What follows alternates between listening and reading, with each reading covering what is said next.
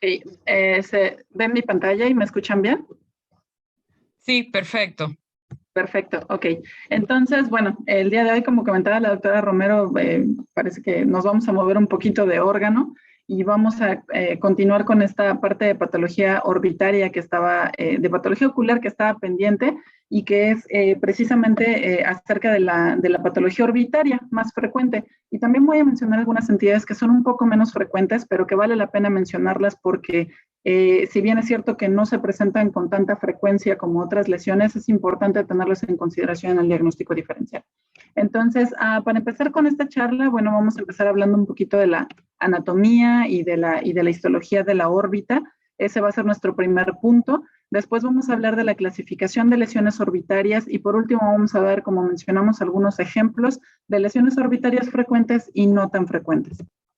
Vamos a empezar con la anatomía. La anatomía de la órbita, si bien es cierto que es una lesión, bueno, más bien es una estructura muy pequeñita y que está como confinada dentro de la cavidad orbitaria, pues la verdad es que hay muchas estructuras y eso es lo fascinante de la patología orbitaria, que la hace una subespecialidad muy compleja porque hay muchas estructuras dentro de un espacio muy confinado y que pueden dar lugar a diversos tipos de entidades neoplásicas y no neoplásicas. Entonces, es importante comentar que, bueno, la órbita, siempre nos acordamos del globo ocular, pero es importante considerar todas las otras estructuras que protegen y que rodean a este globo ocular para que tenga un funcionamiento apropiado, que naturalmente, pues, lo más importante, pues, es el caparazón, que es el tejido óseo que alberga al globo ocular, los músculos extraoculares, que además de brindarle protección y sostén, le permiten el movimiento, y que ahorita voy a mencionar algo con respecto a ellos, y que bueno, sabemos que son 4 músculos extraoculares rectos, y además de los oblicuos superiores e inferiores, y además dentro de esto también hay tejido adiposo que soporta todas estas estructuras que estamos mencionando, y otras que mencionaremos a continuación. Y algo relevante acerca de los músculos extraoculares es que, además de brindarle el movimiento, también sirven como un límite anatómico para clasificar las lesiones orbitarias. Entonces, si echamos a volar nuestra imaginación, veremos que, bueno, pues los músculos forman esta especie de cono, que delimita al globo ocular y lo separa de las estructuras adyacentes. Entonces, esto es importante considerarlo porque cuando hablamos de la localización de lesiones orbitarias, vamos a hablar de lesiones extra o intraconales. Entonces, es importante imaginarnos esta estructura que se forma a partir del complejo de los músculos extraoculares. Además de estos, también ya mencionamos el tejido adiposo que le brinda mucho sostén y protección al globo ocular, pero también hay otra variedad de estructuras, incluidos los vasos sanguíneos y los nervios, de los cuales también se pueden originar lesiones orbitarias, y por supuesto no olvidar los anexos oculares que incluyen por supuesto al globo ocular per se, que incluyen a los párpados y al sistema lagrimal. Y además de esto, otro que a veces se nos olvida y lo borramos del panorama, pero que también es importante, pues es saber que está en estrecha continuidad con el cerebro, con el tejido nervioso. Entonces, todo lo que está cerca de esta región orbitaria puede dar origen a patología que afecte ese grupo de estructuras. Aun cuando no se origina en esta región, es importante considerar las estructuras adyacentes para nuestro diagnóstico diferencial. Con respecto a la histología orbitaria, pues bueno, si nosotros hacemos un corte o vemos un corte holóptico del globo ocular, que esto ya lo vieron en las sesiones, ya se trató en sesiones anteriores, si nosotros hacemos un acercamiento de esta parte y luego hacemos un corte histológico, pues veremos aquí que efectivamente pues podemos identificar algunas estructuras intraoculares. Obviamente, por supuesto, sería la cavidad vítrea, la retina que está aquí desprendida por un artificio del procesamiento, la coroides, la esclera, pero a lo que casi nunca le prestamos atención es al tejido que está precisamente aquí afuera, que si le hacemos si lo vemos a mayor aumento, pues vemos estas estructuras que ya mencionábamos y que podemos delimitar ahora con mayor detalle. Aquí está la retina, la coroides, la túnica fibrosa o esclera, pero también consideramos, o es muy importante considerar a este tejido que soporta y que rodea al globo ocular. Y pues esencialmente está formado por el tejido adiposo, el músculo esquelético y nervio periférico. Entonces, la histología también de la cavidad orbitaria es muy variada. ¿Por qué? Pues porque depende de la zona donde estemos, depende de la estructura que esté afectada, es el aspecto histológico que nosotros vamos a tener. El tejido adiposo unilocular ya lo conocemos, que está formado por estas células grandes que tienen estas vacuolas también artificio del procesamiento y que tienen núcleos excéntricos, pues precisamente por esta vacuola que estaba ocupada por el tejido o por la grasa per se. El músculo esquelético, que bueno, se ve muy bonito con sus estriaciones, los núcleos periféricos, y esto también es relevante tenerlo, considerar la histología normal, y el nervio periférico, que también a veces se puede llegar como a confundir con algunas estructuras si no estamos familiarizados, el corte transversal y el corte longitudinal, que este es característico, a veces se puede confundir con colágena o incluso en otros sitios anatómicos con músculo liso, pero este aspecto ondulante de las fibras o de los axones es característico y bueno, por supuesto, las numerosas células de Schwann que están ahí entremezcladas entre los axones. Entonces, algo súper relevante bueno, yo creo que en patología en general, pero en patología orbitaria en este caso, es estar familiarizados con las diferentes estructuras anatómicas que se encuentran ahí y con la histología normal de cada una de estas estructuras. Sobre todo considerando que normalmente en el tejido adiposo, en el tejido muscular y en el nervio periférico, en la cavidad orbitaria, el infiltrado linfoide, por ejemplo, es raro o esencialmente ausente. No es esperado ver una cantidad considerable de infiltrado linfoide y esto pues debe de sonar una alarma porque lo primero que nosotros vemos, por ejemplo, cuando en el tejido adiposo hay un infiltrado linfocitario prominente, una de las cosas que nos deben de pasar primero por la cabeza es linfoma. Especialmente si los pacientes por imagen tienen una lesión de aspecto infiltrante y es una lesión unilateral y es una lesión de crecimiento rápido, lo primero que nos tiene que pasar por la cabeza es linfoma. Por supuesto, también hay una gran cantidad de procesos inflamatorios que pueden afectar el tejido adiposo, pero siempre considerar linfoma dentro del diagnóstico diferencial.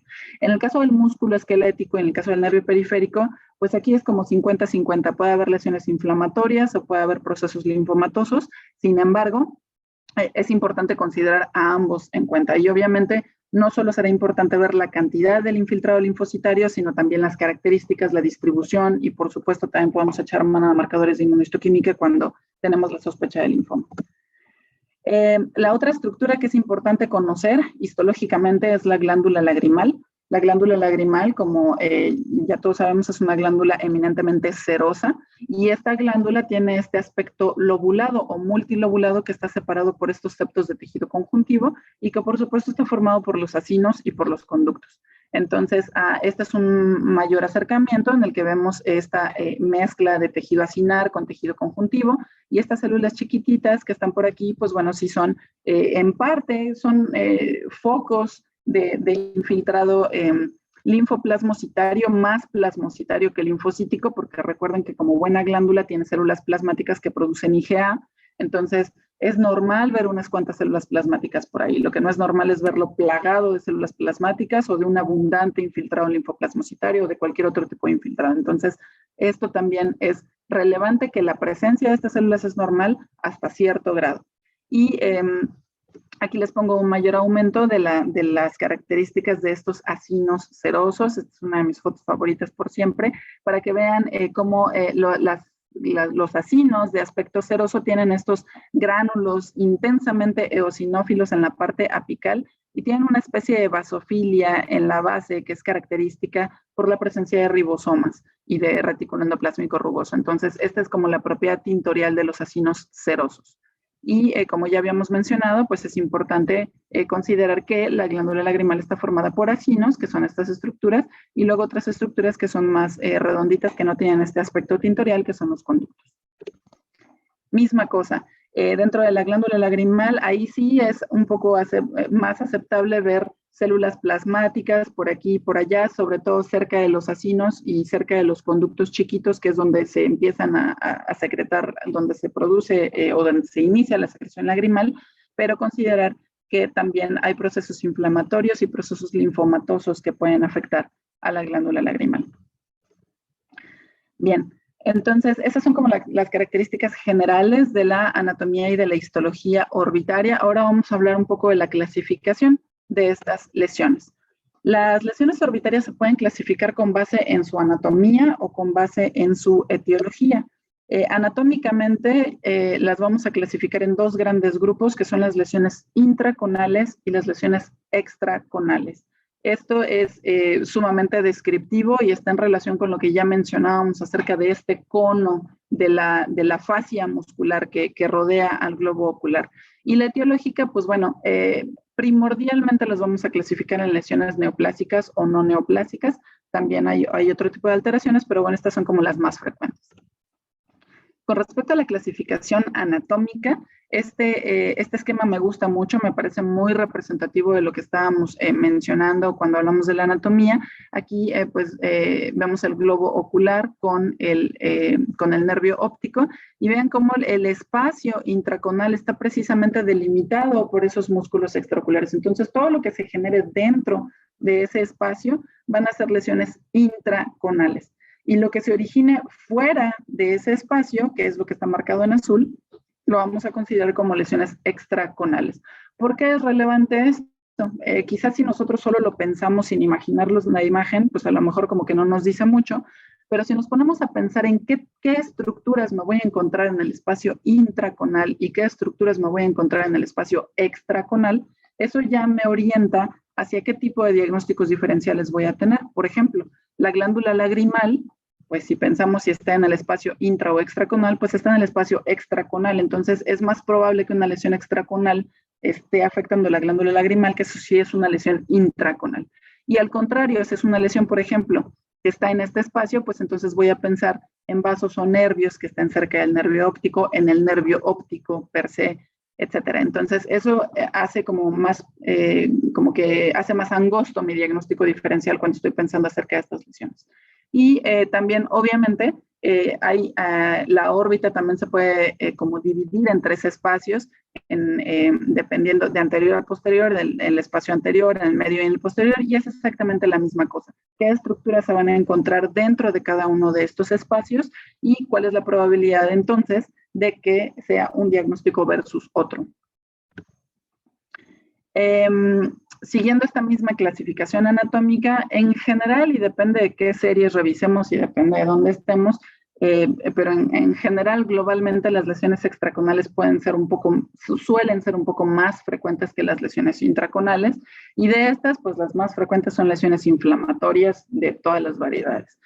Ahorita vamos a mencionar algunas, pero bueno, esas son por mucho quizás las más frecuentes. Otras, pues bueno, son alteraciones como un quiste dermoide, como lesiones que se originan a partir de la glándula y el sistema lagrimal, que vamos a mencionar algunas. Lesiones linfoproliferativas, que ya lo mencionamos, siempre hay que tenerlas en mente. Otro tipo de entidades como que envuelven al tejido adiposo, como prolapsos orbitarios, particularmente en pacientes con patología, por ejemplo, tiroidea, orbitopatía tiroidea, lipomas, liposarcomas, rhabdomiosarcomas, que ahorita les voy a decir lo del asterisco, neurofibromas o schwannomas, tumor fibroso solitario, lesiones óseas, o también lesiones, como ya lo mencionábamos al principio, que afecten de manera directa, por extensión directa, o bien por metástasis a distancia. Entonces, estos son como el grupo de lesiones extraconales. Y las intraconales incluyen a las malformaciones vasculares, que de hecho son varias, esto abarca un gran grupo de lesiones orbitarias, las lesiones que se originan a partir del disco y nervio óptico, que pueden ir desde una neuritis óptica hasta gliomas primarios del nervio óptico, el pseudotumor inflamatorio, que bueno, también ahorita lo vamos a mencionar, y la extensión extraocular también, a partir de lesiones que se originen, por ejemplo, en la coroides, como melanoma de la uvea o retinoblastoma, y extensiones extracraneales. Entonces, importante, nuevamente, recordar que no solamente es la cavidad orbitaria, sino las estructuras adyacentes. Y asterisco que puse en el rhabdomyosarcoma, en el pseudotumor inflamatorio, si bien es cierto que este grupo no es como estrictamente extraconal o este grupo es estrictamente intraconal, más o menos siguen una línea, son más frecuente extra o más frecuente intra, pero el rhabdomyosarcoma y el pseudomonas inflamatorio quizás sean de las lesiones que frecuentemente afectan ambos compartimientos. Entonces también eso ayuda un poquito como a orientarnos en el diagnóstico diferencial, porque suelen ser, si pensamos por ejemplo en el rhabdomyosarcoma, pues se origina o afecta predominantemente el músculo, y entonces esta pues puede ir esencialmente para cualquiera de las dos partes.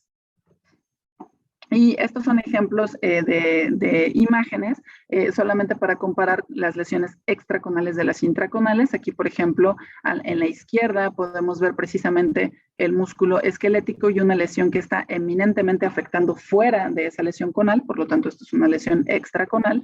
Y esta en la que, bueno, el músculo está, es como esta región más intensa que se ve en la imagen, y esta lesión que está dentro o está confinada dentro de ese cono, por lo tanto esta es una lesión intraconal. Bien, dejando un poquito en pausa la clasificación anatómica, ahora hablando de la etiológica, decíamos que pues, los dos grandes grupos por frecuencia van a ser las lesiones no neoplásicas, que son en general más frecuentes, también depende de dónde estemos. Si estamos en un centro de cáncer, pues bueno, a lo mejor las neoplásicas van a ser más frecuentes, pero en general en la población las no neoplásicas son más frecuentes y las neoplásicas vienen en segundo lugar.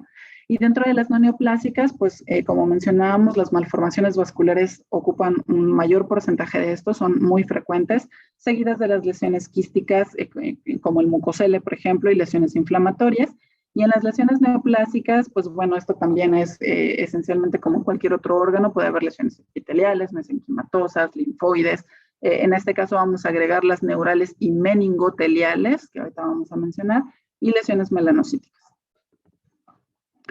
¿Cuáles son los factores a considerar cuando estamos abordando lesiones orbitarias? Muy importante, datos clínicos. Algo que también resulta fascinante de la patología orbitaria es que es muy importante, es de suma relevancia correlacionar con la información clínica y con la información radiológica para tener un aspecto, para tener un diagnóstico más preciso. Dentro de estas, pues, ¿qué importan? Pues como creo que en todas o en la mayoría de las lesiones, el género y la edad de los pacientes, la localización, como ya lo mencionábamos, localización anatómica y características radiológicas de esa imagen, y por supuesto los antecedentes y la evolución, por supuesto, si el paciente tiene antecedente, por ejemplo, de algún síndrome o de alguna enfermedad neoplásica, si ha tenido tratamientos previos, si tiene patología tiroidea, etc. Entonces, todos estos datos clínicos y radiológicos son muy importantes cuando se trata de considerar lesiones orbitales. Bien. Hablando de lesiones orbitarias no neoplásicas, dentro de las malformaciones vasculares, quizás la más frecuente es el hemangioma cavernoso, que en realidad pues esto es una lesión malformativa más que neoplásica. Los quistes, como ya mencionábamos, pues puede ser desde el quiste dermoide, pueden ser mucoceles, que también se presentan con mucha frecuencia, sobre todo en personas jóvenes. Los quistes dermoides son característicos, por ejemplo, en niños pequeños. Lesiones inflamatorias, que pues estas creo que todos los hemos visto fuera incluso de la patología en la práctica primaria como médicos, lesiones infecciosas, las enfermedades alérgicas, que ya le picó el insecto, etcétera, lesiones traumáticas y lesiones autoinmunes, que como ya habíamos mencionado, la orbitopatía tiroidea o prolapso orbitario como uno de los ejemplos. Sin embargo, también hay otras entidades que pueden afectar la órbita con respecto a enfermedades autoinmunes, y estas incluyen la enfermedad asociada por IgG4 y los procesos vasculíticos, que de hecho yo creo que de estos el más frecuente es la granulomatosis con poliangiitis o anteriormente llamada granulomatosis de Wegener. Este es un ejemplo de hemangioma cavernoso, el que les estoy poniendo en el lado derecho es como un ejemplo casi del libro, por eso es que se los pongo. Esto no es de órbita, esto de hecho es una lesión que afecta el párpado, pero se ve tan bonita que por eso se lo estoy poniendo como comparación, que está formada por estos vasos eminentemente dilatados y congestivos, y que también pueden tener diversos grados de hialinización, como se ven aquí en la izquierda. Estos no se ven quizás tan congestivos como los que les muestran en la fotografía del lado derecho, pero que tienen grados variables de hialinización y fibrosis. Entonces, esta es como la lesión clásica de un hemangioma cavernoso. Este es otro ejemplo de una malformación arteriovenosa. Este no es un angioma cavernoso, es una malformación arteriovenosa. Y algo que les quiero compartir es que, hablando precisamente de la correlación con los datos clínicos, es que es relevante también saber si este paciente fue tratado antes o no de la cirugía. Este paciente, por ejemplo, en este caso en particular, el paciente fue embolizado previo a la cirugía y por eso es que se ve como esta lesión como tan aparatosa con este material intensamente eosinófilo intravascular, que de hecho ese es el material de embolización. Y la relevancia que tiene esto es que a veces se puede confundir con otros procesos incluso granulomatosos o incluso con procesos linfoproliferativos, porque son lesiones muy, muy exuberantes. Entonces, relevante en cualquier dato de malformación arteriovenosa saber si el paciente fue tratado de manera preoperatoria. Y aquí les pongo un mayor aumento en el que precisamente esto, pues, si solo vemos una biopsia, por ejemplo, de esto, nos puede orientar, nos puede llevar a un diagnóstico totalmente diferente, porque aquí lo que estamos viendo, pues, es una reacción granulomatosa, incluso con células gigantes multinucleadas muy exuberante, y otras áreas que se ven totalmente diferentes de estas, en las que había un infiltrado eosinofílico súper abundante. Entonces, esto también incluso nos puede hacer pensar en una infección parasitaria, en una reacción alérgica, en una, por ejemplo, reacción de picadura por insecto. Entonces, el diagnóstico diferencial puede ser sumamente amplio y todo se resuelve básicamente si sabemos los datos clínicos, si es una malformación arteriovenosa y si este paciente fue embolizado. Les mencionaba ya los quistes dermoides, que estos, como ya lo comenté, se pueden presentar con mayor frecuencia en niños pequeños. Y bueno, pues son quistes dermoides que se ven como cualquier otro quiste dermoide. Estas son lesiones quísticas que pueden ser generalmente uniloculadas y que están revestidas por este epitelio plano estratificado con estrato córneo y que pues la característica para llamarlo dermoide pues es la presencia de estructuras de anexos de la piel, que pueden ser glándulas sebáceas con mucha frecuencia o pueden ser folículos pilosos. Bien, la inflamación orbitaria, pues esto es como un capítulo, esta es una, la etiología de las inflamaciones orbitarias, como ya lo estamos viendo, pues es sumamente extensa y a veces podemos llegar a un diagnóstico más preciso, en muchas ocasiones puede ser que no, y ahí es donde tenemos que echar mano no solamente al diagnóstico clínico, sino serológico para poder correlacionar con los hallazgos histopatológicos. Las inflamaciones orbitarias, por ejemplo, aquí, esto que les estoy mostrando es glándula lagrimal. Si lo comparamos con la que les mostré anteriormente, esta es evidentemente anormal, ya no se ve este aspecto lobulado, ya no se ven los conductos abiertos, redonditos, homogéneos que se veían aquí. Esto ya básicamente el tejido glandular está completamente reemplazado por un infiltrado inflamatorio que además de manera secundaria, por supuesto, si se lleva o si se produce de manera crónica, pues lleva a la presencia de fibrosis. Este es un mayor aumento de estas zonas que ya les mostraba. Y bueno, pues aquí espero que sí se pueda ver en la pantalla, que es un infiltrado predominantemente linfoplasmocítico. Aquí creo que en la derecha se ve mejor. Aquí hay abundantes células plasmáticas. Y bueno, pues algo que nos debe hacer pensar, sobre todo si son pacientes de edad media y si tienen antecedente, por ejemplo, de afección pancreática o de afección en algún otro órgano, pues obviamente tenemos que pensar en patología asociada con IgG4. Este es un ejemplo de los más característicos que me ha tocado ver de enfermedad asociada con IgG4. Esta es otra glándula lagrimal en la que podemos ver esencialmente que hay pérdida difusa de la estructura.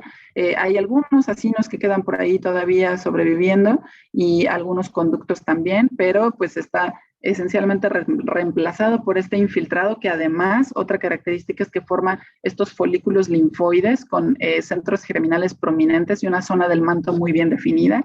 Y a mayor aumento, pues vemos aquí la abundancia de células plasmáticas. Entonces, importante que si bien es cierto es que debemos pensar en esta entidad, también no todo lo que tiene IgG4, no todo lo que tiene abundantes células IgG4 positivas es enfermedad por IgG4. Entonces hay criterios para llamar la enfermedad por IgG4 como tal y dentro de estos criterios pues es primero el clínico. que haya aumento de volumen, que haya hipertrofia de esa lesión y además como una lesión en masa de ese aumento de volumen. El segundo criterio es la IgG histológica, que hay como que tiene que ver como un porcentaje en relación con IgG4 versus IgG, y este es igual o mayor al 40%, o más de 50 células IgG4 positivas cuando se estudian a un aumento de 40x. Entonces, y esto tiene que ser en un solo campo. Entonces, este es como el criterio histológico por inmunohistoquímica. Y por supuesto la IgG4 sérica, que también tiene que estar elevada. Entonces aquí, para hacer el diagnóstico, básicamente tenemos como tres escalones que pueden hacerla definitiva, probable o posible. Y aquí vemos la combinación de números que es importante considerar para saber si se puede dar como definitiva o solamente mencionarla como una consideración y ya quedará en los clínicos el hacer el resto de los estudios. Ahora, algo que no mencioné, pero que vale la pena mencionar ahora, es con respecto a los cambios histológicos que mencionábamos con respecto a la IgG4. La IgG4 en cualquier otro órgano se van a mencionar básicamente tres cosas. Una es el infiltrado plasmocitario o el aumento de células IgG4, la fibrosis, que la fibrosis generalmente se describe como fibrosis estoriforme, y la flebitis obliterante. Entonces, estos son aspectos característicos de esta enfermedad, sin embargo, no son patognomónicos y particularmente en la glándula lagrimal, por ejemplo, la fibrosis estoriforme, es raro que veamos fibrosis estoriforme. Entonces, generalmente vemos cosas como las que les estoy mostrando aquí, que es así esencialmente un infiltrado difuso que arrasa con todo. Puede haber fibrosis, pero generalmente no es estoriforme, y a veces el infiltrado puede ser tan abundante que la flebitis obliterante puede ser difícil de ver. Entonces, la glándula lagrimal y el tejido orbitario como que se salen un poco de esta regla de la tríada clásica de los cambios histológicos de enfermedad por IgG4, entonces es importante tenerlo en cuenta. Bien. Este es como el panorama general de las lesiones inflamatorias y de las lesiones no neoplásicas de la órbita. Ahora vamos a cambiar un poquito de esquema y vamos a hablar de las neoplasias orbitarias. Estas, como ya mencionamos, pueden ser por extensión directa de otras estructuras o de estructuras adyacentes, neoplasias primarias y neoplasias metastásicas. Esto es, de hecho, ocurre con bastante frecuencia que las metástasis lleguen a la órbita, e incluso en varios casos pueden ser incluso el factor debutante, que los pacientes se presenten con aumento de volumen o con dolor o con diplopia, y de repente les hacen el estudio de imagen, ven una lesión ahí y es un carcinoma metastásico, y entonces ya hay que hacerle el estudio al paciente para saber dónde está el primario. No es infrecuente que se presenten así. Y con mayor frecuencia, las lesiones que producen metástasis en la órbita son las lesiones epiteliales, y estos son los sitios primarios más frecuentes. Son lesiones de la mama, de la próstata, melanoma, siempre melanoma tiene que estar en nuestra lista, lesiones pulmonares y gastrointestinales también. Entonces, esto es como la lista de los sitios primarios más frecuentes. Con respecto a la clasificación que ya habíamos mencionado anteriormente, pues las lesiones las podemos dividir en su diferenciación. Las lesiones epiteliales, que bueno, pueden ser por extensión directa, naturalmente pues las que se originan del párpado y la conjuntiva, de la cavidad nasal y senos paranasales, de la glándula y sistema lagrimal y metástasis. Con respecto a las lesiones neurales y meningoteliales, estas también pueden ser por extensión directa, ya sea de lesiones intraoculares o del disco y del nervio óptico, y de la cavidad y senos paranasales o incluso intracraneales. Y bueno, las que se originan ahí como dentro de, pues son las que se originan en el nervio periférico per se. Y las neoplasias mesenquimatosas son aquellas que se van a originar, pensando otra vez en esta cavidad orbitaria, del tejido adiposo, del músculo esquelético, algunas lesiones indeterminadas que vamos a mencionar más adelante, lesiones por supuesto óseas y metastásicas. Las linfoides, que estas pueden ser primarias o pueden ser afección secundaria, y de las primarias, pues la más frecuente es el linfoma MALT o de tejido linfoide asociado a mucosas, que este es como el que con mayor frecuencia va a afectar a la cavidad orbitaria. Y las melanocíticas, que si bien es cierto las metástasis son las más frecuentes, también importante recordar que pueden ser por extensión directa, tanto del párpado y de la conjuntiva, o incluso lesiones de la, como ya lo habíamos comentado anteriormente, lesiones de la uvea que puedan incluso tener esta extensión extraescleral y después afectar de manera secundaria la cavidad orbitaria. Bien.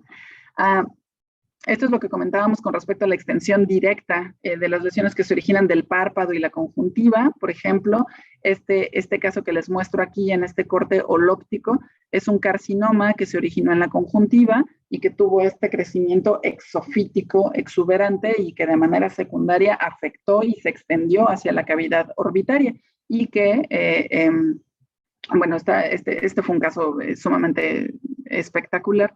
Y este es un ejemplo, me parece perfecto, de cómo estas lesiones pueden realmente afectar a la órbita. Y por supuesto, pues estas lesiones vamos a encontrarlas dentro, más bien fuera de este espacio conal, van a ser lesiones extraconales.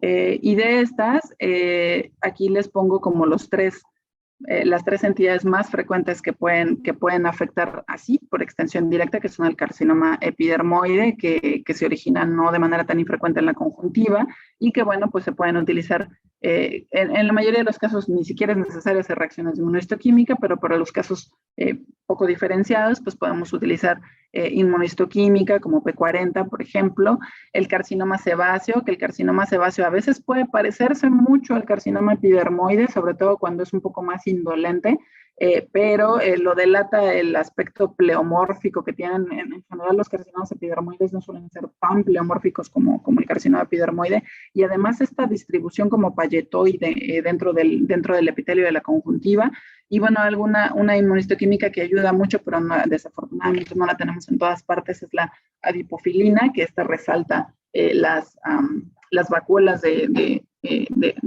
tejido como de grasita que están dentro de las células neoplásicas. Y por supuesto el melanoma, que el melanoma también la mayoría de las veces es descarado y probablemente no necesitamos hacer reacciones de inmunohistoquímica para comprobarlo, pero que podemos echar mano de estas cuando no es una lesión clásica o que es una lesión que tiene, por ejemplo, que es no pigmentada y que hay, el diagnóstico diferencial es amplio. Y bueno, pues estos son algunos de los marcadores que podemos utilizar, incluidos, por ejemplo, por supuesto, el BRAF, que esta es una mutación que se encuentra con frecuencia en este tipo de carcinomas de la conjuntiva. De la glándula y sistema lagrimal, pues los que quiero mencionar en esta sesión, pues son el adenoma pleomorfo, el carcinoma adenoideo quístico y el carcinoma epidermoide. El adenoma pleomorfo abarca más o menos la mitad de los tumores epiteliales de la glándula lagrimal y tiene un crecimiento más o menos lento, pueden ser lesiones indoloras, y como ya todos sabemos, pues esta es una lesión que tiene una diferenciación epitelial y mioepitelial. Y esta es la característica molecular de estos adenomas pleomorfos, que tienen estos rearreglos que involucran al gen PLAG, más frecuentemente con este HMGA2. Y el adenoma pleomorfo, pues es creo que de las primeras cosas que aprendemos en general en glándula salival, pero cuando hablamos de lesiones orbitarias es importante tenerla en mente. El carcinoma adenoideo quístico, que bueno, también es relevante considerarlo porque es el carcinoma más frecuente de la glándula lagrimal. Otra vez, la importancia de los datos clínicos. A diferencia del adenoma pleomorfo, es una lesión de crecimiento rápido y generalmente es una lesión dolorosa. Y la razón por la que es dolorosa es porque esta es una lesión que tiene gran trofismo por los nervios, tiene invasión perineural con mucha frecuencia, y esta es una de las razones por las que los pacientes se presentan con dolor. Tiene 3 patrones histológicos que ahorita vamos a mostrar, que son el cribiforme, el tubular y el sólido, y este carcinoma pues tiene una diferenciación mioepitelial y ductal. Y también importante, aunque no contemos con los estudios moleculares, que además también la mayoría de las veces no se requieren para el diagnóstico, es relevante recordar que estos tienen una fusión en el gen MIB. Y el carcinoma epidermoide, que es raro de la glándula lagrimal, y de hecho por eso lo muestro, porque bueno, ya vimos los más frecuentes, el benigno más frecuente, el maligno más frecuente, y el que puede semejar otra cosa, y ese es precisamente el carcinoma epidermoide. La diferenciación, pues su grado de diferenciación puede ser variable y son lesiones de crecimiento rápido y se pueden originar por extensión directa, pueden ser lesiones metastásicas o incluso pueden ser lesiones primarias. Y aquí, bueno, les muestro algunas fotografías histológicas del adenoma pleomorfo. Aquí en la izquierda vemos esta lesión que está muy bien delimitada, casi rodeada por este tejido conjuntivo, que está muy bien delimitada de la glándula lagrimal adyacente y que, como dijimos, pues está constituida por dos componentes, un componente epitelial y miepitelial, y que pueden tener este aspecto mixoide en el fondo con mucha frecuencia. Aquí un mayor acercamiento para que veamos el aspecto de la matriz, que puede ser mixoide, puede ser condromixoide, y también el aspecto de estas células que generalmente son células muy uniformes y que tienen como este citoplasma claro y los núcleos redonditos. Importante recordar que el adenoma pleomorfo también puede tener metaplasia epidermoide y esto es relevante sobre todo cuando se hacen biopsias y cuando no se hace la incisión, porque a veces también precisamente por eso nos podemos confundir con un carcinoma epidermoide o con otro tipo de proceso. Entonces recordar que los adenomas pleomorfos pueden tener este tipo de metaplasia epidermoide. El carcinoma adenoideo quístico, como ya lo mencionábamos, y aquí les pongo el corte como holóptico para que, a diferencia del adenoma pleomorfo, pues aquí se ve, esta es la glándula lagrimal como residual y esta lesión que es eminentemente infiltrante. Y esto solamente es para mostrar como los tres patrones histológicos que ya mencionábamos. Aquí pues vemos una mezcla que esto es predominantemente cribiforme y que tiene esta producción como de lámina basal muy prominente. Y este es como quizás un aspecto muy bonito del patrón cribiforme. Este es un poco mejor para mostrar el aspecto tubular y este que no es como quizás el idóneo, pero bueno, esto es solo como para mostrar una de las áreas que pueden tener un aspecto más sólido, que no tienen estas formaciones tubulares tan prominentes o cribiformes. Y el carcinoma epidermoide, que ya comentábamos, que aquí también vemos que estas como nidos de células tumorales están infiltrando el parénquima adyacente, que pueden estar asociados con áreas de necrosis e inflamación. Y aquí es donde les decía que en los casos poco diferenciados es útil echar mano de marcadores de inmunohistoquímica como el P40 e incluso hacer marcadores de hibridación in situ para detección de virus de papiloma humano cuando estos carcinomas están asociados con BPH. Bien. Y por último, dentro de las epiteliales, las lesiones metastásicas, estas no hay que olvidarlas, ya dijimos que ocurren con bastante frecuencia. Estas pueden ser lesiones extra o intraconales y recordar que las epiteliales son más frecuentes. Entonces, este caso es un caso que tuve hace algún tiempo, que la verdad es que es un caso muy impresionante. En este hicieron la exenteración y bueno, esta es la parte anterior, aquí se ve la córnea, esta es la esclera.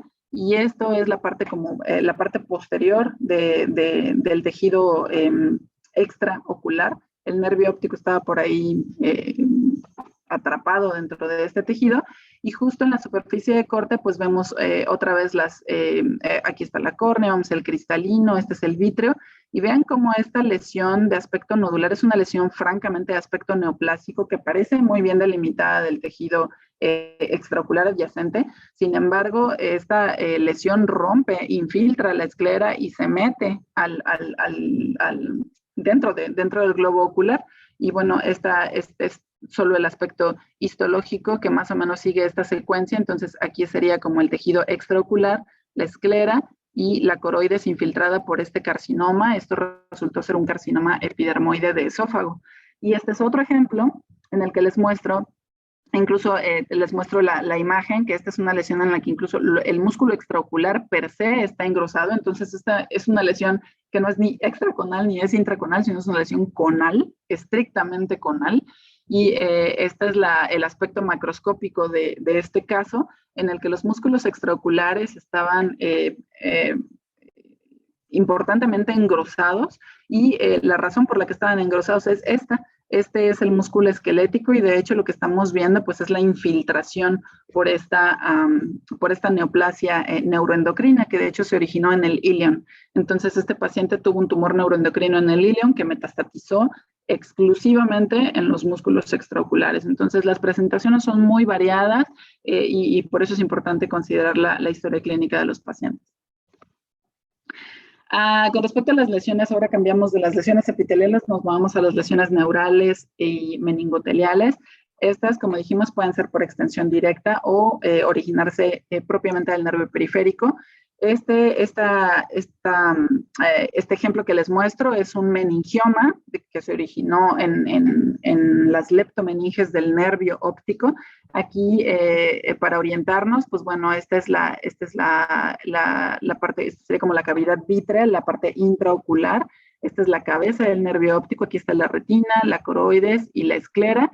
Y aquí este es el nervio óptico que, como pueden ver, está completamente comprimido, está completamente, pues sí, aplastado por esta lesión de aspecto meningotelial, que aquí a mayor aumento la vemos y que está formada por este patrón de aspecto, pues esencialmente transicional. Se ven muy bien los remolinos de estas células meningoteliales, incluso con algunas calcificaciones amomatosas y algunas áreas un poquito más fibrosas.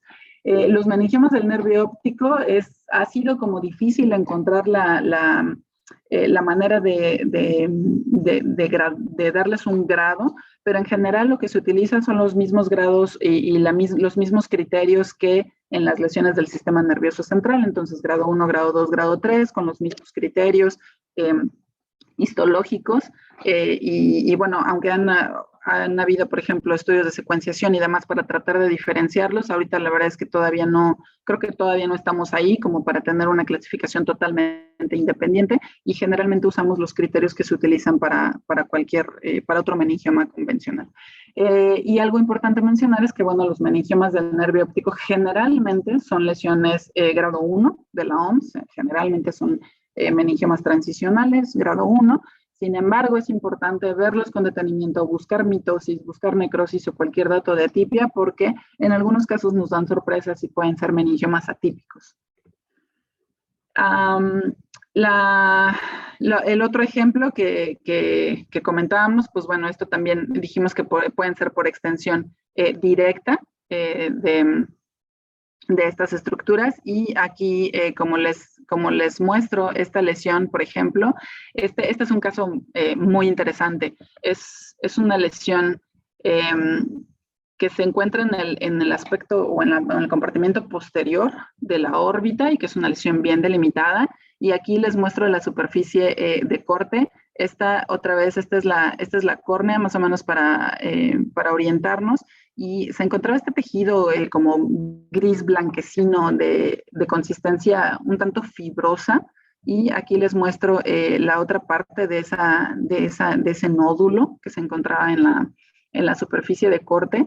Y aquí es difícil quizás decir, por ejemplo, por imagen si es una lesión intra o extraconal, pero creo que estarán de acuerdo conmigo que esto se ve como una lesión más de aspecto intraconal.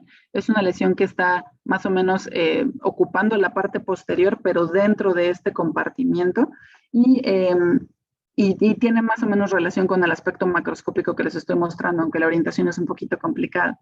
Y aquí en el corte histológico lo que vemos pues es que esta lesión efectivamente es un nódulo que está empujando y focalmente infiltrando la esclera. Y a mayor aumento está formado por estas células de aspecto epitelioide, con este citoplasma claro eosinófilo y los núcleos grandes con nucleolos prominentes y actividad mitósica que de hecho era bastante prominente. Entonces, como ya mencionamos, pues bueno, hay que pensar en metástasis y hay que pensar en melanoma y en todas estas cosas. Sin embargo, este caso pues fue un caso bastante peculiar porque fue positivo para sinaptofisina y para prolactina. Y echando ya mano de toda la información clínica, este paciente tenía antecedente un prolactinoma años atrás, que se había resecado en un par de ocasiones y que recurrió y recurrió. La segunda resección aparentemente no tenía enfermedad intracraneal y después se presentó con esta lesión intraconal que fue creciendo de manera rápida y bueno, pues se hizo se hizo la resección y esto fue lo que se encontró. Entonces, esencialmente era afección secundaria por este prolactinoma.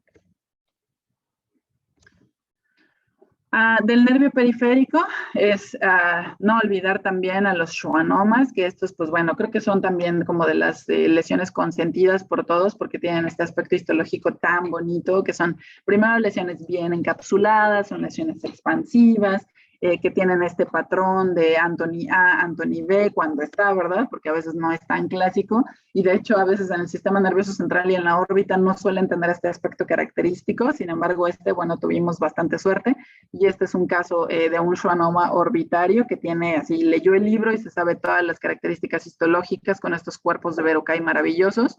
Entonces, estas son lesiones que también se pueden presentar dentro de la cavidad orbitaria. Entonces, no es raro encontrarnos con este tipo de lesiones. Pasando a las lesiones mesenquimatosas, pues bueno, dijimos que pueden tener distintos orígenes o pueden afectar distintos tejidos, como el tejido adiposo, lo más frecuente. Lo puse en neoplásicas para poner como todo el adiposo junto, pero bueno, el prolapso orbitario, por supuesto, no es una neoplasia. Es una lesión secundaria y frecuente, de hecho, en los pacientes con orbitopatía tiroidea. Y ahorita les voy a mostrar un poquito las características histológicas de esta. Y de hecho la razón por la que lo puse aquí es porque cuando tenemos pacientes con prolapso orbitario, el diagnóstico diferencial esencialmente va a ser con neoplasias lipomatosas. Entonces es importante, por eso es que las quise poner a las tres juntas. Los lipomas se pueden presentar en hombres y mujeres, más o menos de edad media, y si bien es cierto que se pueden presentar en cualquier parte, en la cabeza y cuello, de hecho, se pueden presentar con bastante frecuencia. Generalmente son lesiones bien circunscritas, son indoloras, unilaterales, y bueno, aquí les pongo las aberraciones cromosómicas más frecuentes en el lipoma. Y el tumor lipomatoso atípico o liposarcoma bien diferenciado también se puede presentar igualmente en hombres y en mujeres. Generalmente son un poquito de edad un poquito más avanzada. Y estos, pues bueno, también ciertamente la distribución es amplia y cabeza y cuello es uno de los sitios también predilectos para este tumor. Generalmente también son lesiones unilaterales, circunscritas e indoloras. Entonces, por eso es importante tenerla en mente, porque pues a veces pues es una lesión unilateral circunscrita indolora, pues es un lipoma, pero la diferencia es que generalmente estas lesiones son localmente agresivas y así con mucha frecuencia los pacientes tienen antecedentes de lipomas recurrentes. Entonces cualquier paciente que tenga antecedente de que se le resecó un lipoma orbitario hace 2 o 3 años, cuidado con esa, atención con esa lesión, porque puede ser que no sea un lipoma y que se trate de un tumor lipomatoso atípico. Estas pueden no tener lipoblastos, pueden ser sumamente blandas, entonces por eso es importante considerar esta dentro del diagnóstico diferencial y considerar que no es, o sea, que no solo porque veamos adipocitos blandos, eso es un lipoma. Y molecular, pues bueno, la amplificación de MD-M2 ha sido de mucha utilidad, sobre todo en los casos que son como inciertos por histología. Este es el aspecto histológico, les pongo como el clásico de estas tres entidades. El prolapso orbitario, en realidad, pues lo que se ve es una mezcla de tejido fibroadiposo, eso es lo que se ve. No forma nódulos, en general no forma un tumor bien definido, y lo que vemos pues son fragmentos de tejido fibroadiposo que pueden tener estas células un tanto abigarradas y que en realidad son células reactivas. Entonces, este es como el aspecto del prolapso orbitario. Y por eso es que se los puse a poco aumento, porque en general, y como mucho de lo que nosotros hacemos, el diagnóstico empieza a bajo aumento. El lipoma son lesiones que forman una lesión un tanto nodular o multilobulada, que están rodeadas por tejido fibroso, pero que ese tejido fibroso generalmente se encuentra en la periferia y cuando se encuentra dentro es un tejido sumamente fino, no forma estos haces gruesos ni forma estas trabéculas fibrosas dentro del lipoma. Y bueno, histológicamente pues es esencialmente tejido adiposo unilocular. Y el liposarcoma o el tumor lipomatoso atípico, vean cómo a diferencia del lipoma y del prolapso orbitario, esto se ve como una lesión nodular, efectivamente se ve como un tumor y los haces fibrosos se meten dentro de este tejido, adiposo. Entonces, ese patrón de distribución de la colágena también nos debe hacer pensar en esta lesión. Y la otra cosa importante, pues es que obviamente en estas lesiones, pues si nosotros vemos adipocitos infiltrando, como los estamos viendo aquí, el músculo esquelético, pues eso no lo hace ni un prolapso orbitario ni lo hace un lipoma. Eso es, aunque sean adipocitos muy bien portados y muy amenos a la vista histológicamente, si están infiltrando cualquier otra estructura adyacente, eso no es un lipoma, eso no es prolapso orbitario. Bien. El rhabdomiosarcoma, hablando de lesiones que afectan el músculo esquelético, es importante considerarlo porque es la neoplasia maligna más frecuente de tejidos blandos en personas jóvenes, en niños y en adolescentes. Y esta representa la mitad de los sarcomas en niños y especialmente en los niños pequeños. Es raro en adultos, pero bueno, aquí es cuando otra vez los datos demográficos son importantes. Puede ser esporádico o puede presentarse asociado con numerosos síndromes, como ya lo vemos aquí. Pacientes incluso con neurofibromatosis no es raro que se presenten con rhabdomiosarcomas. Y bueno, pues aquí están los tipos histológicos de rhabdomiosarcoma, como de los que creo que tengamos más en mente son el embrionario y el alveolar. El embrionario pues es más frecuente y la localización, vean cómo el embrionario afecta con mayor frecuencia la cabeza y cuello y en particular la órbita, tiene predilección por la órbita.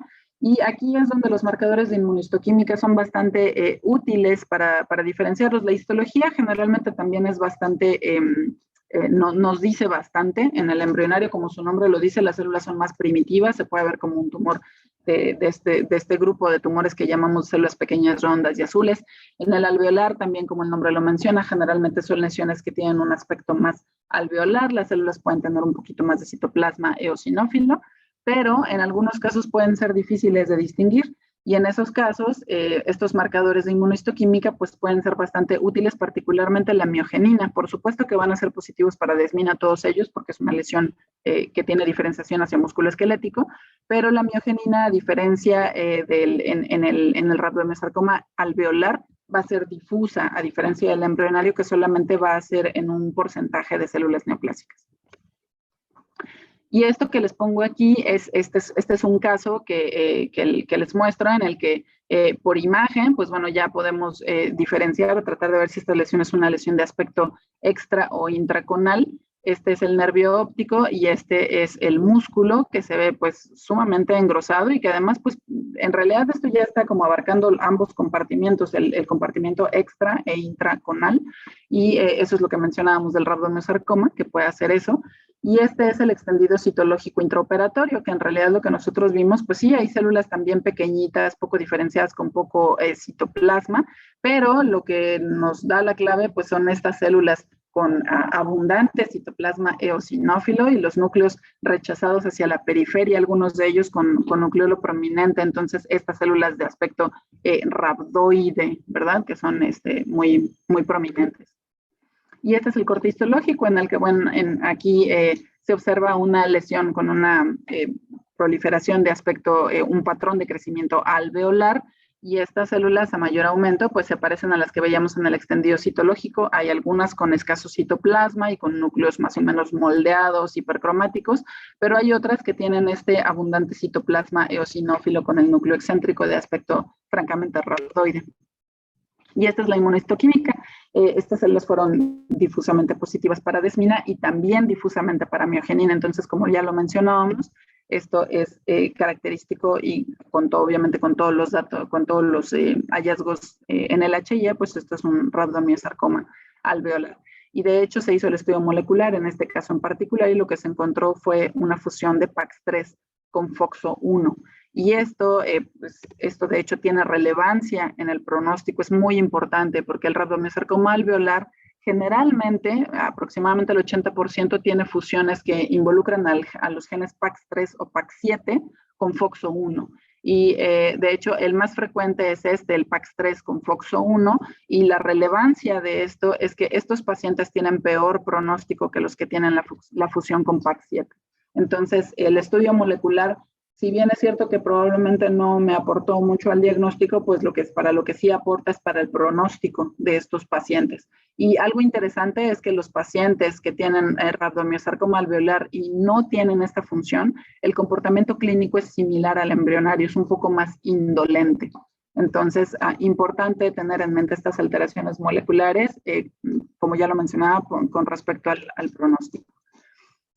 Los factores, además de de la patología molecular, algunos otros factores que inciden en el pronóstico de estos pacientes es, por supuesto, la edad, la localización y la extensión, y el estadio, por supuesto. Y en el caso de la órbita, a veces esto puede ser muy dramático, pues porque es una cavidad muy confinada, es una cavidad pequeña, y si se produce un crecimiento rápido y los pacientes no se atienden a tiempo, pues incluso pueden ser ya lesiones que cuando se detectan, incluso se detecten ya con metástasis a distancia. Y por último, quería mencionarles una lesión que, si bien no es muy frecuente, de hecho creo que esa es la razón por la que se las quiero mencionar, porque es una de las lesiones con las que se puede llegar a confundir con muchas cosas, y de hecho es importante en términos de pronóstico. Esta lesión antes, bueno, ya sabemos que en tejidos blandos, por ejemplo, esta lesión por mucho tiempo se ha considerado, o se consideraba el tumor fibroso solitario y el hemangiopericitoma como lesiones separadas. Ahora, pues en realidad se considera que es una sola entidad, y de hecho el término hemangiopericitoma o angiofibroma de células gigantes, ya estos términos están en desuso, y ya solo utilizamos el término de tumor fibroso solitario. Estas lesiones se presentan predominantemente en adultos sin distinción de género y afectan tejido subcutáneo, pueden afectar extremidades, pulmón, etcétera, y cabeza y cuello, y particularmente la órbita es uno de sus sitios predilectos. La clínica puede ser variable, pueden ser lesiones bien delimitadas o infiltrantes, y generalmente son indoloras. Y este es el aspecto histológico. Son lesiones que tienen, a veces pueden estar parcialmente rodeadas por tejido fibroso, y como ustedes pueden ver, la celularidad es variable. Hay áreas que se ven hipocelulares y hay áreas que se ven hipercelulares, pero hay casos que están como en el espectro más benigno, que pueden ser muy blandas, poco celulares, el aspecto se ve muy benigno, y hay otras que pueden ser todo lo contrario, que pueden ser lesiones que se ven como un francosarcoma. Este es el aspecto como intermedio, en el que se ven áreas hipocelulares alternando con hipercelulares, y por supuesto algo que también es característico son estos vasos de aspecto hemangiopericitoide, de ahí el nombre, que tienen este aspecto como en astas de ciervo que se describe. Las células tienen que se describe como un patrón sin patrón. Pueden tener áreas que tengan un aspecto un poco más fasciculado, pero bueno, en general las células están distribuidas al azar, y pueden tener también estos haces de colágena entremezclados en ellos, e incluso áreas de aspecto mixoide, y este es un aspecto, ese es un mayor aumento para ver el aspecto morfológico de las células, que generalmente son células fusiformes, que tienen este citoplasma claro eosinófilo y los núcleos alargados.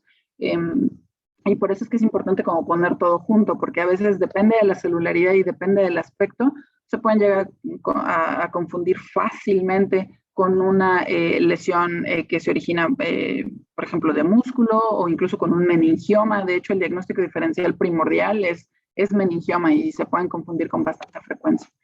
El CD34 es inespecífico, pero la verdad es que es bastante útil en casos en los que se está sospechando un tumor fibroso solitario. Pueden ser positivos para antígeno de membrana epitelial, pero esto no nos ayuda porque el meningioma también puede ser, ¿verdad? Y todos estos marcadores en general no son como muy confiables. El CD34 quizás yo creo que es uno de los que nos puede resultar más útil. Y como la alteración molecular de este tumor es una fusión de estos genes que de manera secundaria provoca una traslocación de STAT6 o de STAT6 hacia el núcleo, entonces lo que se evalúa es la positividad nuclear de este marcador. Entonces, este marcador es muy útil, no es 100% específico, hay otros tumores que pueden ser STAT6 positivos, pero es es bastante útil para cuando estamos sospechando tumor fibroso solitario, porque, por ejemplo, un meningioma no va a ser positivo para STAT6. Tumores de músculo liso no van a ser positivos para STAT6. Y con la combinación de CD34, pues la verdad es que esta ayuda bastante. Ahora, la estratificación de riesgo en el libro de la OMS de tejidos blandos para este tumor fibroso solitario toma en cuenta varios factores como la edad, como el tamaño del tumor, el número de mitosis y la necrosis, pero como ustedes pueden ver, pues, por ejemplo, el tamaño del tumor, menos de 5 centímetros, de 5 a menos de 10 centímetros, de 10 a menos 15 centímetros y más de 15 centímetros. Si lo tratamos de extrapolar al tejido, a la órbita, pues bueno, esto se vuelve un poco más, como que no es reproducible en la órbita, porque bueno, tener un tumor de más de 15 centímetros, pues ya es difícil imaginarse un tumor fibroso solitario de ese tamaño en la órbita. Entonces, aquí ha sido un poco difícil estratificar el riesgo en estos pacientes. Entonces, lo más importante de esto, pues obviamente es tratar de hacer una resección completa en estos pacientes. Como mencionamos, los factores de alto riesgo, pues suelen estar un poco como en la nebulosa, pero lo que sí obviamente podemos considerar pues son los factores histológicos, ¿no? La presencia de mitosis, la celularidad, la tipia y la presencia de necrosis. Todos esos factores sí podemos considerarlos. Su presencia obviamente añade o nos orienta a que es una lesión de mayor riesgo. Y por ejemplo, es un caso que les muestro de un hombre de 62 años que se presentó con una lesión de 2.8 centímetros. Y este es el aspecto histológico. Aquí se ve una lesión nodular, parcialmente rodeada por tejido fibroso. Y bueno, desde poco aumento vemos que esta lesión es muy celular y que tiene estos vasos, sí, medio sugerentes de aspecto hemangiopericito, quizás aquí se ven un poquito más. Y áreas de aspecto hipocelular en realidad eran muy pocas. Es una lesión hipercelular. Y este es el aspecto morfológico. A diferencia de las células de aspecto más blando que les mostré anteriormente, estas células ya tienen un aspecto más atípico, más pleomórfico. Y aquí el conteo mitósico fue hasta 12 mitosis en 10 campos de seco fuerte y la presencia de necrosis, que en este caso representó menos del 10% del tumor, pero había necrosis. Le hicimos inmunistoquímica, bueno, pues solo para confirmar el diagnóstico, que fue positivo para STAT6, y como pueden ver, el KI67 pues está por el cielo. Entonces esta es una lesión altamente proliferativa, que no se ve muy bien histológicamente tampoco. Y entonces, si utilizamos estos factores de riesgo, pues bueno, si es un paciente mayor de 55, aquí le damos un 1 de calificación, pero es menos de 5 centímetros, entonces tiene 0, más de 4 mitosis, que significa un 2 de calificación en ese aspecto, y menos de 10% de necrosis, que es 0. Entonces, esto lo pondría en un riesgo bajo de recurrencia y de metástasis, sobre todo de metástasis a distancia. Entonces, pues bueno, aquí esta es la limitante de la clasificación para los tumores de tejidos blandos en la órbita, y por eso es que, bueno, obviamente en el futuro será importante ver cómo evolucionan estas clasificaciones. Entonces, esta sería la parte final de la charla, y como conclusión me gustaría pues destacar lo que mencionamos al principio, que estas lesiones que involucran a los tejidos orbitarios tienen múltiples etiologías, y que las características clínico-patológicas también son muy variables, aunque en general las lesiones son las no neoplásicas, pero bueno, es importante tener a todas en mente. Las lesiones neoplásicas que afectan la órbita pueden afectar por extensión directa, pueden ser primarias o pueden ser lesiones metastásicas, y en ambos casos y en cualquier circunstancia la correlación clínico-radiológica contribuye de manera muy importante para el diagnóstico.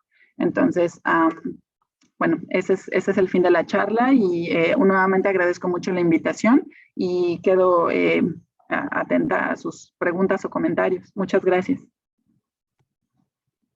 Adelita, súper agradecida por esta amplísima revisión de todas estas lesiones que pueden ocurrir en la órbita, que literalmente son todas las que pudieron ocurrir en cualquier parte del cuerpo, porque en la órbita hay de todo, como tú bien nos explicabas.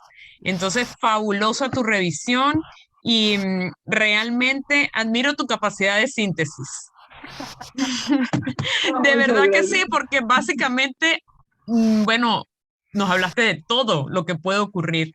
Y desde las lesiones inflamatorias, tumorales, benignas, malignas, excelente. Vamos a ver si hay preguntas en los Claro. asistentes. Por acá el doctor Gino Bianchi te dice excelente charla. Gracias. Hay una manito por acá de la doctora Dolores. Adelante, doctora. Eh, Buenas noches. Así como Buenas dijo, noches. es una magnífica conferencia y trató de resumir todo. Gracias. No sé si la pregunta mía vaya al mismo caso, digamos, pero usted cuando habló de las lesiones no neoplásicas y habló de la IgG4, Sí. se me acordaba yo también de la enfermedad de Sjögren. ¿Qué experiencia tiene usted en cuanto a eso, a las lesiones, digamos, de ojos? Sí, esa es una muy buena pregunta. Gracias, doctora, por la pregunta.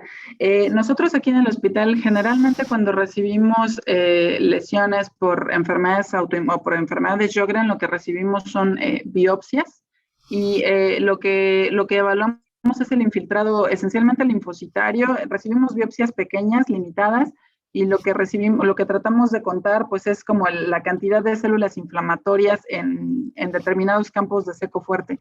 No lo recibimos con tanta frecuencia las biopsias, para ser honesta, porque las vemos, los pacientes son más tratados con base o son más seguidos con la serología, pero sí, con frecuencia, con relativa frecuencia podemos recibir biopsias de glándula lagrimal, en los que lo que nosotros hacemos es contar el número de células inflamatorias. Ahorita no lo tengo la verdad es que no lo tengo como en el tope de mi cabeza, el número específico por campos, pero así es como lo gradificamos. Contamos cierto número de células, cierto número de campo, y entonces dependiendo del número que se encuentran en tantos campos, le damos grado 0, grado 1, grado 2, grado 3, etc.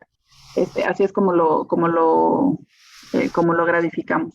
Pero sí, no lo recibimos con tanta frecuencia. De hecho, lo que recibimos más frecuentemente son, o con lo que a mí me ha tocado ver más son lesiones o más bien biopsias de glándula salival.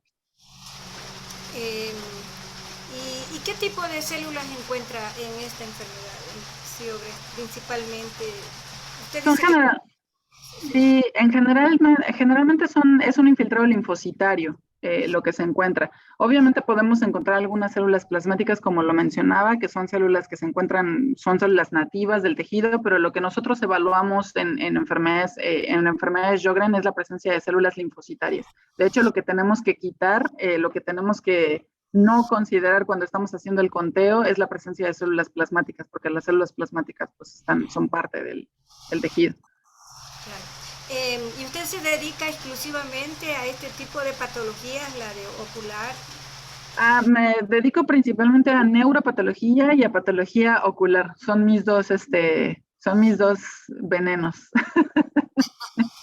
Muchas gracias, la saludé desde Ecuador, lo mismo al doctor Reuter, bueno, y a Sandra, que sí hemos hablado con ella. Pues un gusto y un saludo hasta allá. Y que podemos, bueno, a todos los invitamos siempre que vengan a nuestro país. No, hombre, yo con todo, imagínense. Un día les caeré por allá. Gracias, muchas gracias. Gracias. Vamos a ver si hay alguna otra pregunta. Si no, bueno, recordar la invitación que nos ha hecho el doctor Reuter de que nuestros residentes puedan participar en la actividad que tienen programada para el mes de mayo, que va a ser gratuita para los residentes. En el chat está el correo electrónico del doctor, y también el doctor Esteva colocó allí la información del curso, el link está allí disponible. Doctor, si usted quiere hacer algún comentario adicional. ¿Dónde está? Porque no hemos visto el chat o el link. En el chat del Zoom, abajo, está toda esa información. Muchas gracias. Doctor Reuter. Esperamos que aquellos residentes que quieran participar, con muchísimo gusto, Y doctora Vizcaíno, muchísimas gracias por esa charla que fue verdaderamente muy informativa y amena. Y yo como uropatólogo la disfruté muchísimo. Hombre, muchas gracias. Es un gran cumplido. Muchas gracias, doctor, y saludos. Saludos.